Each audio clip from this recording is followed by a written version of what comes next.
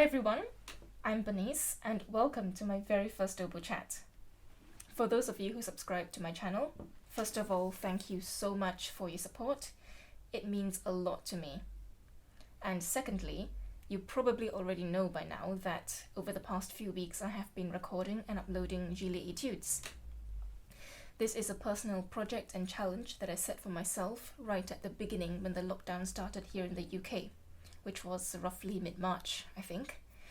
To be honest, I have already lost track of time at this point, but this project has kept me going and kept me motivated in these tough times.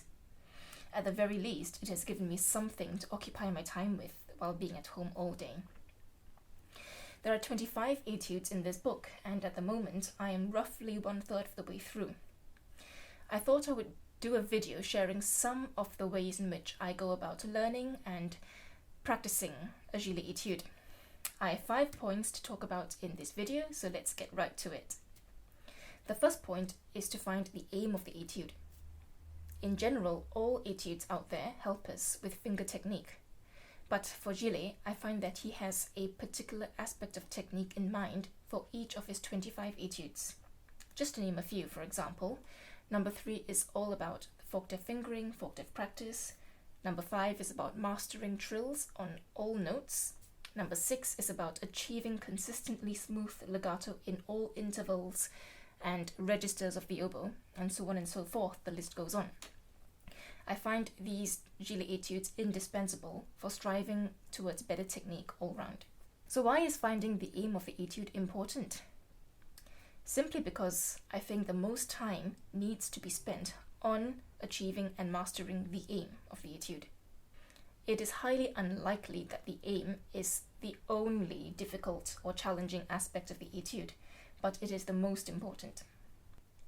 My second point is to go from big picture to small picture and difficult to easy. So when I'm learning a Gillet Etude for the very first time, what I do is I run through the entire etude from the first bar to the last bar to find out the landscape of the etude. This instantly lets me know which bars I find really challenging and which bars I find a lot easier. And then I start by practicing the most difficult sections, leaving the easiest bits to the very last of my practice. This might sound like common sense to you. It probably is, but I can't even remember the number of times I've spent in the past just running through over and over again the sections that are easy for me, simply because it makes me feel good about myself and about my abilities during my practice. And then when it comes to the difficult sections, I kind of procrastinate about them and leave them to the next day. And then, of course, when it comes to playing the etude or the piece in a lesson or in a performance, I'm not quite as ready as I should be. Simply and logically put, by practicing the most difficult parts first, you're giving yourself the best chance possible to be prepared for the lesson or for the performance of the etude. My third point is to give myself a deadline to finish learning the etude. So for me personally, I get bored of an etude in about 7 to 10 days time from the point I start learning it. So once that buffer period is up, I actually start getting worse even if I continue practicing it. So what I do after learning this about myself is that I give myself a maximum of 10 days time to finish learning an etude and get it up to performance level or recording level.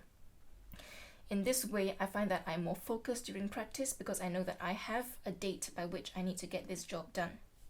But of course, everyone is different. Some people get motivated with a deadline in mind, while other people kind of get put off by it. So as with all other points in this video, absorb only what works for you and discard what doesn't. Now on to my fourth point, which is about running through the etude as early as possible. So over the past couple of months or so of practicing Gillet Etudes, I've realized that I've almost always left running through the entire etude too late, roughly a day or two before recording. And what happens is that halfway through the recording, I realize that I'm losing mental focus before the end, or my embouchure is giving way because I'm just too physically tired. It's very easy to get caught up in the nitty-gritty details of practicing just specific bars at a time and forgetting about the big picture, because Gillet is difficult not only in terms of finger technique, but it's also very mentally draining and physically exhausting. For me personally, I've discovered that it is really difficult to maintain that sort of laser-like focus all the way through 2 full pages of relentless notes, and also physically wise, it is a huge demand on my stamina. So what I've learned to do is to start recording the etude as early as possible. So whether you're preparing Gillet for an exam or a lesson or anything else, the earlier you start to run through the entire etude from the first note to the last note, the more endurance you will have by the time you need to perform it. And finally, to my very last point of this video, which is on memorizing.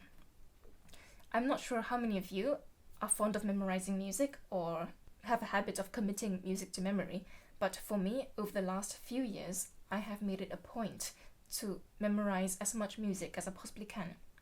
And this has become my go-to solution for sections of Gillet etudes which I find just nearly impossible to get right. I have come across a few etudes in which I find a couple of bars or 4 bars or so that I find, even though I've practiced these bars over and over again for consecutive days on end, I still can't get it right. I'm still fumbling over the notes, I'm still making mistakes, etc., etc. So what I do at the point is to commit that entire section to memory. What happens when your brain commits something to memory is that it is able to then regurgitate, so to speak, that section without any verbal or visual cues.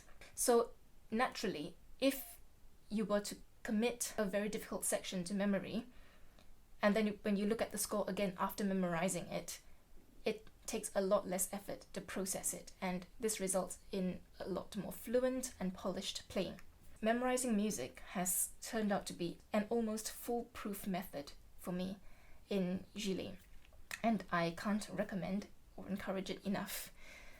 Of course, this technique might not work for everyone, but if you are ever stuck with a particular section or few bars that you find just impossible to overcome, I would suggest try memorizing it and then reopen the book, look at it and play it through again. And I think you'll find it a lot easier, just as I have. If you'd like me to do a video on memorizing music, please let me know in the comments below and I will do a separate video just on that topic. So this is all I have to offer today in this video on how I go about learning and practicing a Gillet Etude. I hope you've learned a thing or two from it, and if my content interests you or if you're currently also working on Gillet, please subscribe to my channel because I will be uploading more Gillet in the coming few weeks. Thank you so much for watching and hopefully see you next time.